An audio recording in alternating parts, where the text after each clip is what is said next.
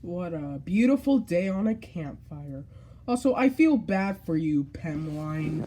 Yeah, it's just Minzy caught me in a fishing pole while I was gonna go with you guys.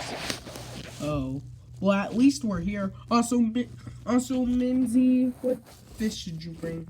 Maybe like 60. Wow, that's a lot. Anyways, where's Yellow Pencil? Oh, he's coming. Oh, hi guys. Sorry I'm late. It's okay. You can go right there. Anyways, what do we do now? I know. Let's go eat some s'mores. I'll go get marshmallows.